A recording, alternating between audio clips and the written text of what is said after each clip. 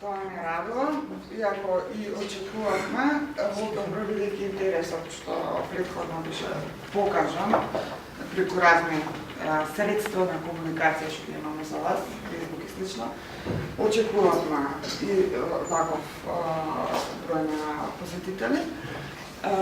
Now I will have to switch to English because you know the Americans are paranoid and what did you just say? The American, I know something about you. I know, it's like exactly. So Creston Davis is the editor of the Insurrection series at Columbia University Press, one of the editors, along with Slavoj Žižek, Clayton Crockett, and Jeff Robbins. I must say also he's my editor, the person who published my book, and I thank him for this publication. He is also the founder of the Global Center for Advanced Studies. The Institute is a partner organization of the Global Center for Advanced Studies. As some of you may have heard, some of you might be familiar with what this center is about. It's about an attempt to introduce change in the higher education globally. In particular in the Western world, what Creston is most concerned about is, and the Global Center for Advanced Studies, is the social inequalities in higher education, in particular in the States. We cannot say that we have the exact same situation in Europe, but it might turn out in that way in the near future. As well, so it's good to be cautious and preventive about it. Apart from this, he has taught at Rollins College for many years. He has published books that you may have read, like Monstrosity of Christ, written together with Slavoj Žižek and John Milbank. Tonight he will speak about the perspective of the left globally, basically. Yeah. So I'll give you the floor, and after the talk, you can just, join the discussion, all of you.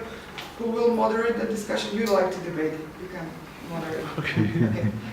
Thank you very much for welcoming me here tonight, and special thanks to Artan and Katerina, with whom I'm really good friends, and Justin for picking me up at the airport. It's really great. Jordan. Keep calling him Justin. What? You said Justin? Didn't you say your name was? No, you said. Where did I get that? I thought you were talking about someone else. Oh. Many people have this about me. I don't understand. No. But okay, sorry. Anyway, great. But anyway, it's a real pleasure to be here at the Institute of Social Sciences and Humanities in Skopje. Thanks. Okay, so my talk is entitled Unveiling the Fake Left, on organizing a new global commons, a new internationale. Okay, so, all right, so I'll begin. And in this talk, I would like to outline the need.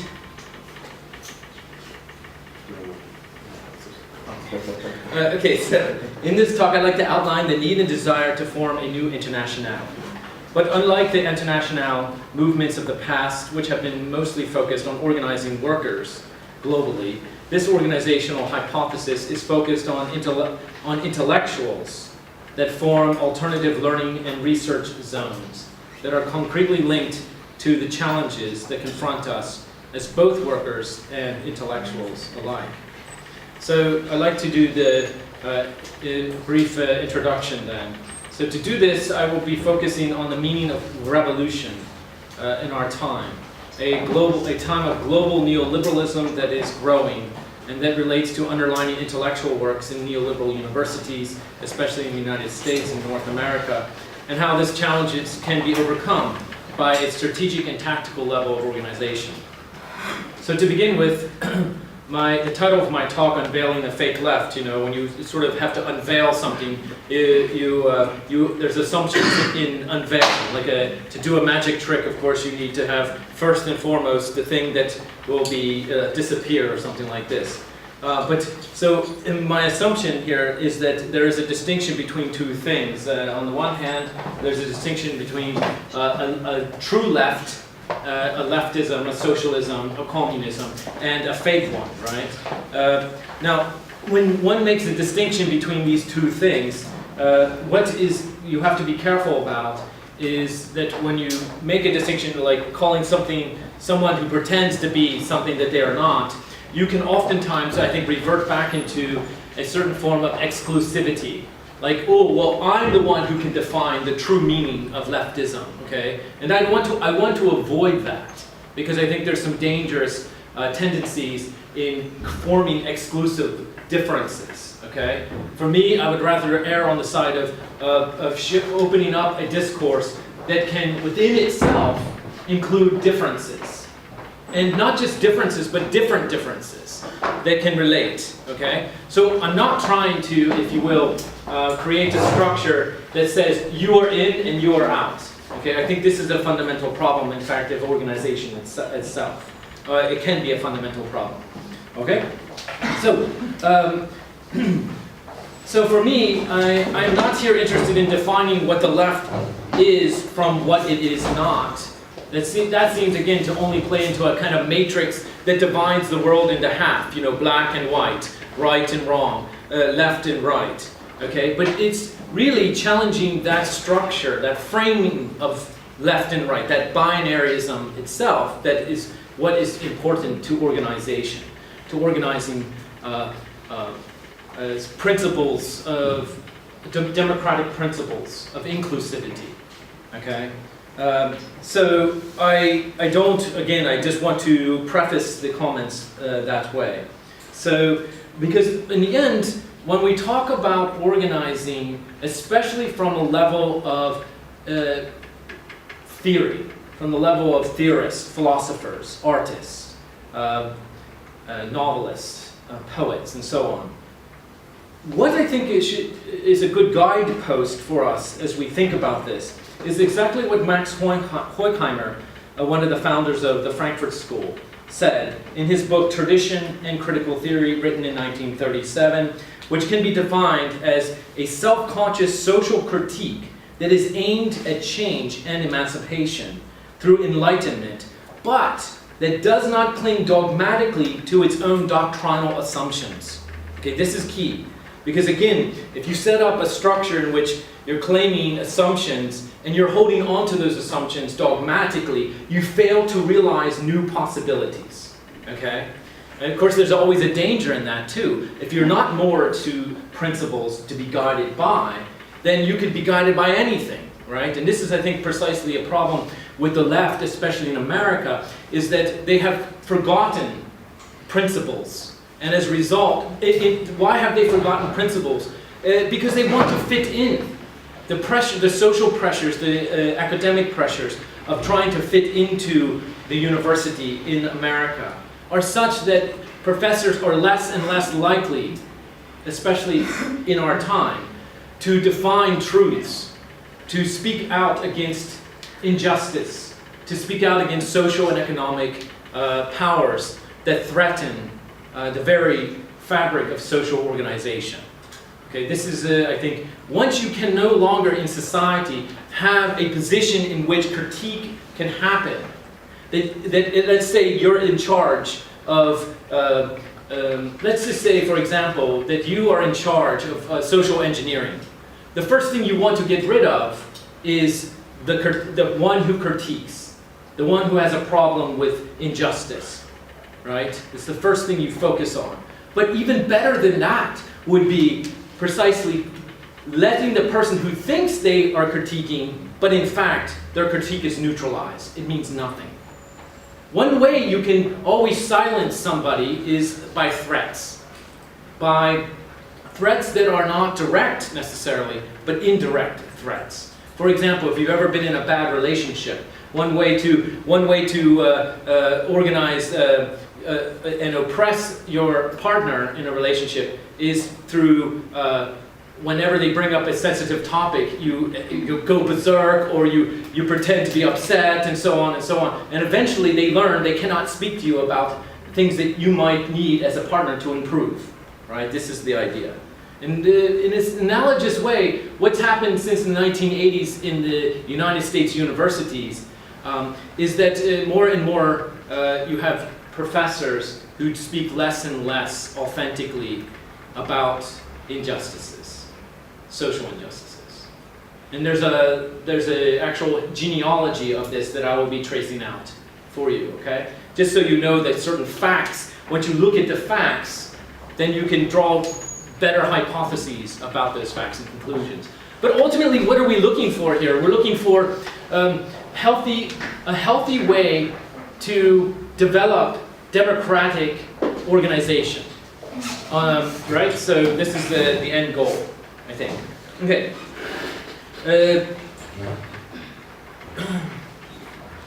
Okay, so for me, I'm just going to posit something here loosely. Let's define the left in some basic way, so we have something to go on.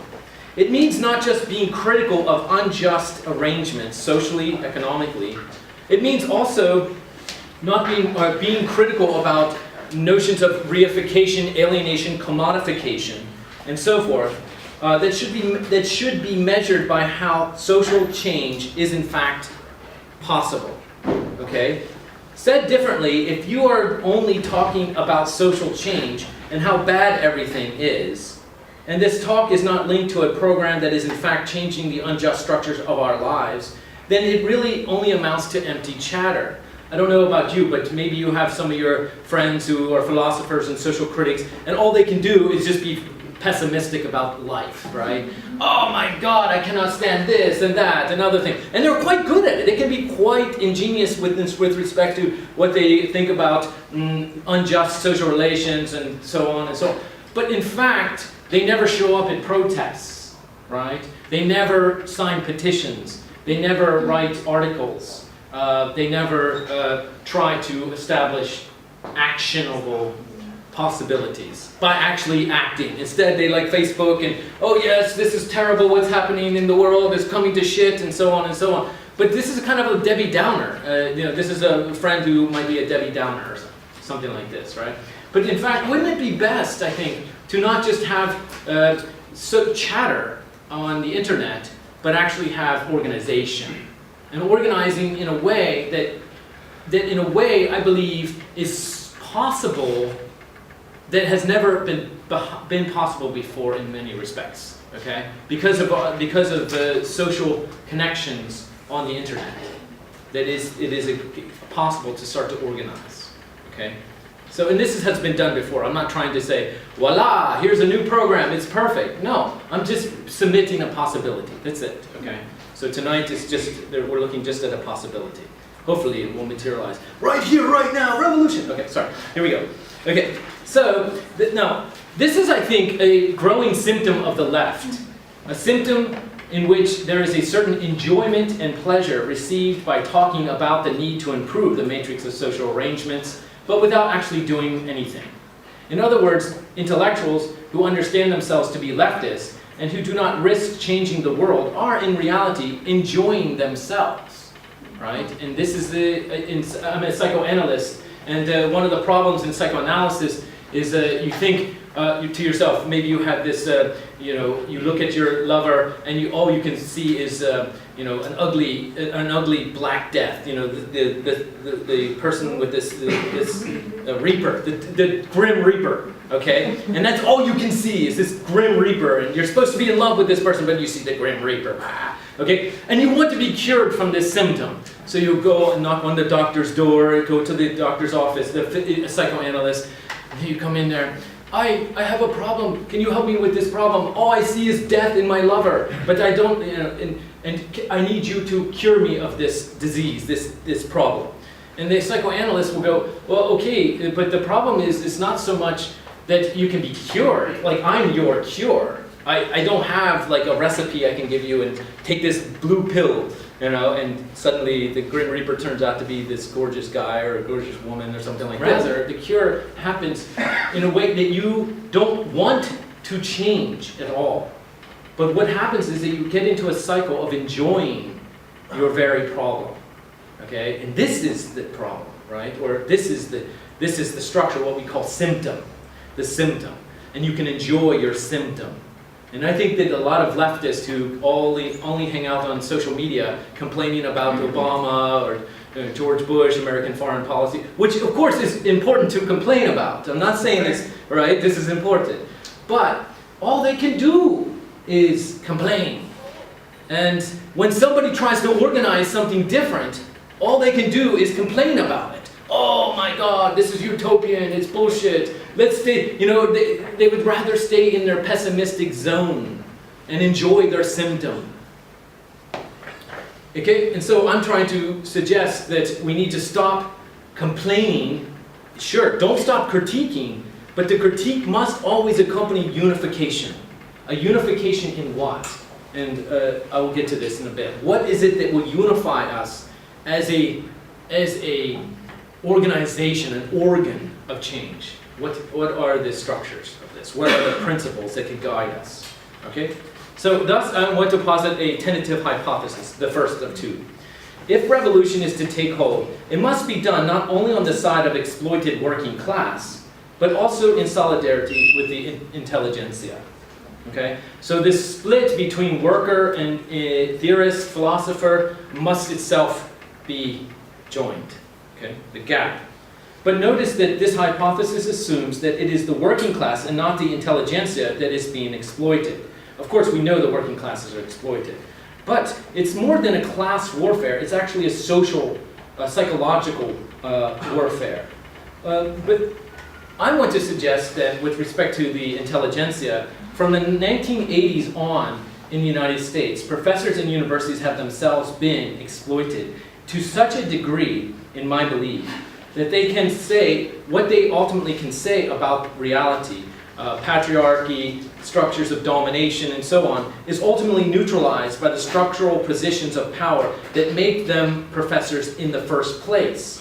Think about this. Slavoj Žižek makes a lot ado about Lenin's distinction between formal and actual freedom, right? You know this distinction. Formal freedom would be, hey everybody, come to my house for dinner and you can eat whatever you want. But of course I can't cook all the food in the fucking world, right? I have to cook specific food. Okay, so I decide what you choose. That's formal freedom, right? That you can only choose what I have given to you. Okay, but actual freedom is the ability to reject the framework itself. And this is what I think needs to happen in terms of organizing philosophers and poets and activists in the world, is that we need to reject the framework. Well, we just can't reject something and be the pessimist. We actually have to propose something. It's in the proposing of something new, something different, that grounded in a unified horizon that unites us. This is what is necessary in our time. And this is what GCAS is doing, this is what the Institute of Social Sciences and Humanities is doing, and we're starting to organize on a global level, right? So, this is now I have to get to, this is awkward because I like to talk and I like to read and talk, but it turns out I lost my glasses in Paris and I can't really read this, so I'm sort of making it up as I go along, which is perfect. This is the way priests do in the churches. They never read the Bible, but they make it up as they go along, as if they never had the glasses, you know? So I'm trying to be this. Okay. With respect to undermining the intellectual left, how did this happen? What happened? Well, let's think about 1980s. Ronald Reagan, Margaret Thatcher, the dawning of a new era in which neoliberalism takes place. Okay, basically, this idea, well, if you think about what Margaret Thatcher said, you know, her famous expression, "There is no society," you know, however she said it, that's a bad English accent, but Margaret Thatcher would believe in this concept, there is no society, okay, meaning what? That the fabric that unites us together as human beings with our desires, our demands of existence, our health, that fabric does not exist. So if that which unites us socially, economically, it suddenly disappears, what kind of world then do we live in? And what possibilities are there in that world? Well, the world that's framed in a Thatcherian Reagan era is a world in which you and I are atoms, and we're isolated from each other, and we're thrown into kind of a gladiator coliseum, and life becomes this fight. And although we can be nice to each other, this is what's problematic in America, especially in the South. You walk down the street in Atlanta or some city in the South, and somebody walks by, "Hey, how you doing?" Right? And you're like, "I've never met you before. I don't know you. Why are you asking me how I'm doing?" But they're all so charming and nice. This is the face of a certain kind of. Okay. No. Yeah. Just want to let some more light in. I was hoping that there was somebody looking at me from like the father, making sure I read the right words, not make it up, the big other, you know. So, but so you know, in the South, there's a certain level in which there's a fakeness. Okay, so I remember in a bookshop, I was reading in a bookshop, and there's this nice looking woman who comes along. She sees that I'm reading some nice book, a novel. She asks me, "Oh, that's my favorite author," and she's very overly friendly. And then we talk, "Oh yeah, blah blah blah," and she goes, "Well, you all come down and have some tea at my house, right?" And and I was like, "Okay, that's cool." And so the next day, I take her up on her offer, walk to her house. But then she asks, I'm walking up and knocking on her door, and she goes, "What are you doing here?" I'm like, "Well, didn't you invite me?" You know, this is what happens. Yeah, exactly. This is what happens in a kind of neoliberal environment where we're supposed to pretend that we're okay with each other, but in fact, in this neoliberal dungeon of death, that we have we pretend to be okay. But in the end, you know, there's this knife in the back. You know, it's like, "Hi, how you doing?" fuck you, you know, kind of thing, right? But this is the kind of the neoliberal logic. And what specifically, how this gets played out in the United States, in the universities, is simple. Okay, since 1978, tuition in America has gone up over 1,000% since 1978. 1,000%. At the same time, Reagan in 1982 signed in a legislation that said, from now on, the state will not write grants for every student that qualifies for state universities. Rather, the student must perceive themselves as an enterprise. Dun, dun, dun. Like, I'm my business, you know, like I, Creston Davis, am now a business, LLC. Hurrah, right? And so your conception in terms of school is already perceived in relationship to being an entity, a business. So now, instead of going into school and learning, you now have to perceive learning as a means to an end that is already a business. Okay? This is why you can jack tuition prices up incrementally in the United States. Because everyone knows you need to have an education to move up into social power and have more stronger weapons to kill each other with, but secretly, you know, not directly, but indirectly kill each other, right? And so you can increase the tuition dollars, and people are more and more going to get loans, okay? And what is loans but debt? And what is debt but slavery? Right? Slavery to whom? Am I doing all right on time? No, that's okay. fine. Okay. It's the bank calling for the loan to pay the loan. Oh, exactly. This is perfect. Reminding. He's probably asking you for me because I'm like, I'm not here. I'm in Skopje. Yeah. Yeah. So you see the logic here is once the structure considers you as an entity that is like a business, you are your own enterprise. Then you have to function to survive by getting business loans, which is to say, to school loans. I don't know in Skopje, do you have student loans here? No, it doesn't really exist.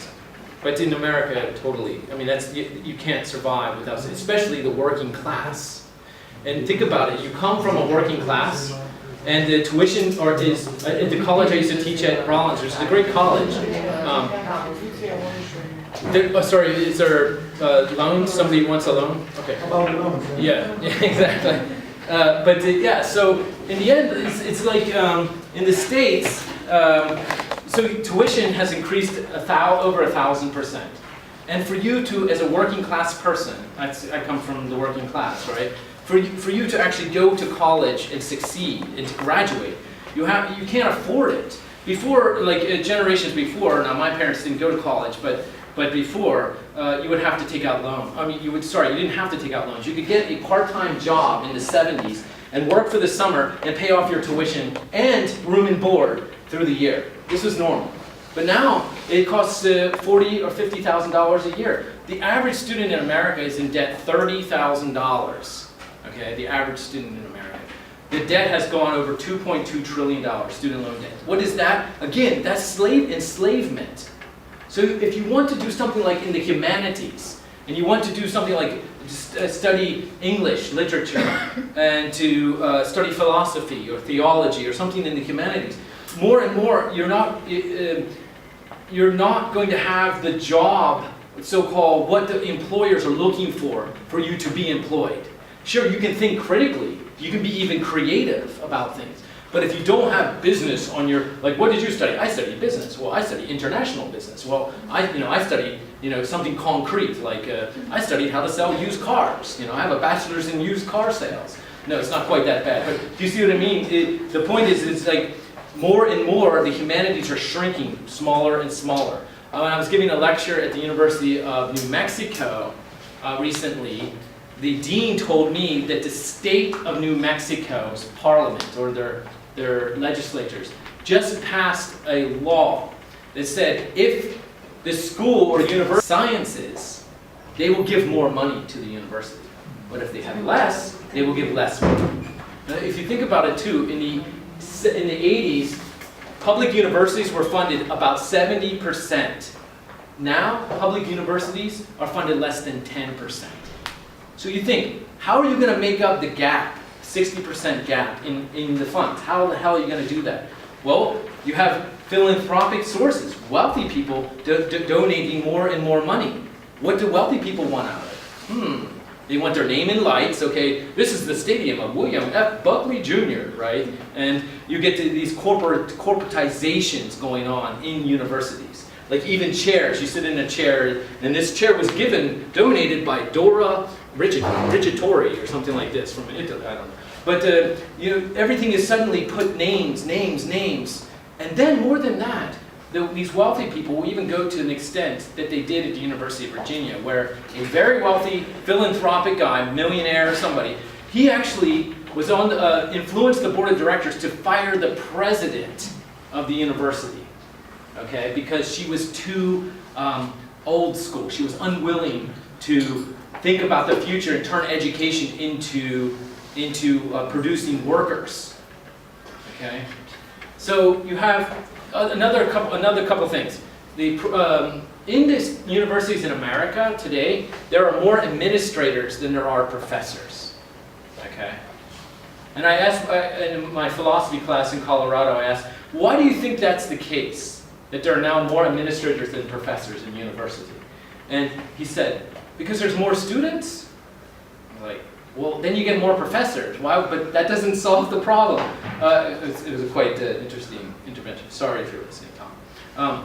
Anyway, so what would happen in a structure that's dedicated to learning when there are more administrators dictating the terms than professors?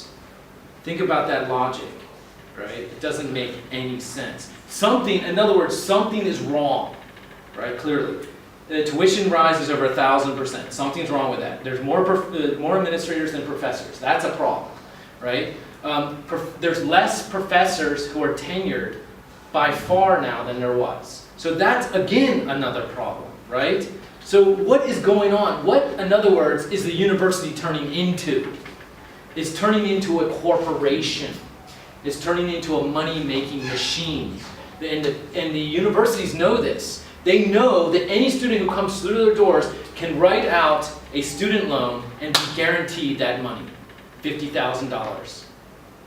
Instead of seeing a student as somebody that you can empower, that you can encourage to develop who they are as a human being, that you can produce and craft in them a beautiful entity that can help change society or help better their life. Instead of seeing it that way, it's like deans are used car salesmen. Anybody that comes through that door, I'm going to see if I can get money out of them. You see, I mean, this is the problem. For me, as a professor of philosophy and religion, teaching in an environment like this, for me, it was a deep problem because there was a contradiction that happened. The contradiction was simple. I would teach about liberation, about Marxism, about social critique, about how humanity can be empowered to develop a new world. Okay? And I believe it. But the problem is everybody in my class was already in debt to even be there. They were already enslaved. So who am I to teach you about empowerment, about throwing off the shackles so that we can emancipate ourselves and we can create a stronger humanity based on love, based on social solidarity. Who am I to teach you that when I require you already to sign off on your future? This is a contradiction, something I could not deal with. Okay, so this is in the end, you see how neoliberalism has turned the university, which again was supposed to be there for calling things out, calling critiques, being critical, and ensuring that social political processes that harm people don't happen. Okay, that's the job of the professor, to prevent harm, to unify the social good, and to nurture it, right? And you can't do that if you're getting harassed from administrators. If there are more and more administrators looking after you, you cannot do that less and less. And if you're requiring your students to be in debt, to be enslaved, to be there, this is a problem. So why can't, this is what I was thinking, why can't we establish a new educational structure, at least in the States? You have one here that doesn't require you to go into debt. But why can't you establish a new structure in which you can talk about liberation, you can talk about organization? And so I started the Global Center for Advanced Studies I talked to Slavoj Žižek and Alain Badiou, and I said, you have my back because I'm going to do this. I talked to Karl Rasky, a bunch of, Katerina was a strong supporter from the very beginning. And so this, I started to ask more and more folks to be part of this. And what the objective is, really, is, again, to unify a social front on an educational level. So that the examples of like Occupy Wall Street, where students would occupy space, okay, it wouldn't just be a flash pan. Like, okay, yay, I'm really excited. This is the cool thing to do. Let's go and stand here and occupy. Okay, that's fantastic because this is important to do. But it then dissolves. What would it be like to create a structure in which you would have these punctiliar moments of protest, activism, but you would also be able to continue through a social institutional structure these very same goals and objectives over time? Okay? So you're uniting activism with a pedagogical structure, an educational structure of empowerment. Then what you can do is you can do classes. Now, I don't like classes online originally. Okay, this seems to be alienating and insulting, really. But suppose you're able to bring people from all over the world into the same classroom in a live lecture where the professor is talking to you and you can talk to the professor. And people from all over the world join. In fact, that's happened. Right? Over 45% of the students that we have at the Global Center for Advanced Studies this year have come from countries outside the United States, England, and Canada. Okay? And women who come from developing countries who want to learn get in for free. I mean, there's no charge. We do have to charge something because we can't continue functioning without having some kind of charge. Now, that can be problematic, especially in socialist countries that can provide education already. So we're trying to work on that structure about how best to organize in terms of asking students to be part of the class. Can they afford it, and so on. So here you have then a way of organizing the intelligentsia with activism in terms of a school. How is the school an activist position? Well, the construction and organization of the school itself is an activist position, right? It is already, it's already a stance. It's taking a stance, right? This is the idea. I completely have lost track of where I'm supposed to be going. But and I'll only be a few more, just 10 more minutes, how's that? I won't bore you for 10 more minutes. And I'll tell you funny jokes, perverted jokes, and you can go home laughing. It'll be a perfect sermon. There is time. There is time. You don't have to confine yourself in 10 minutes. Okay, good, so, and I guess, so let's talk about then, we know what must be changed, okay? So we don't want to just position ourselves in terms of like being critical, like, that sucks, yeah, that sucks too, we should change that, yeah, we should change that, and, just drink rakia or uso, whatever you drink here, okay? But suppose it's something more serious than a conversation in a bar. Suppose it's more serious and that you believe in what you're saying. Then what do? What principles would unite us together? This is the question. And for me, I would suggest, let's start with the basics. Everyone needs water. I know this sounds ridiculous, like we're in kindergarten. Children, but it's somehow with all the productions of amazing scholarship and ideas, you have Gilles Deleuze here. Let me just read one sentence from Deleuze randomly, if I can. Model essences, therefore, no less than existing modes, have efficient causes. God is an efficient cause, not only of the existence of things, but also of their essence, end quote. But when Spinoza shows that a mode's essence does not involve existence, he, of course, primarily means that its essence is not the cause of the mode's existence. Okay, this is brilliant, okay, he's starting to talk about essences and existence. But let's think about this. We're all pretty smart, but sometimes in our amazing ideas that we can spin, and that wasn't one of the best ideas that that Deleuze has, but okay, we'll give him credit. We lose sight of very basic things, like every human being deserves clean water. I don't think anybody here, unless you're a complete fascist, right? Which I don't want to speak for everybody, right? Everyone here would simply say, yes, people deserve to have clean water. That seems basic, right? I mean, maybe that's controversial in Republican America, right? I don't know. But it seems to me that everyone will need this. So we start there. We start with clean water.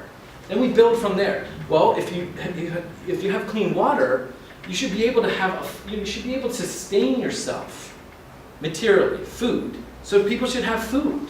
So that already we're just building basics. Suppose we build the basics, and around that we organize a global structure that we believe in. I mean, that sounds naive and stupid.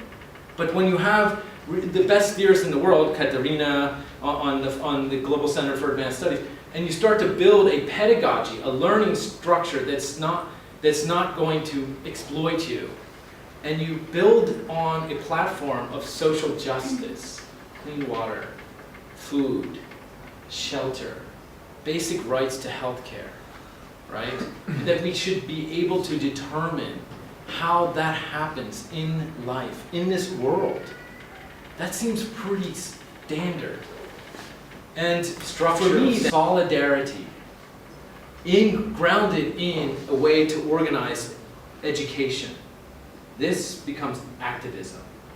This becomes a platform. It's Alain Badiou, who taught with me in Grand Rapids in July, said, the great thing about the Global Center for Advanced Studies is that it's not reducible down to a party. We're not a party. We don't want to organize social, economic relations. That's not a part. It's not. We're not a party.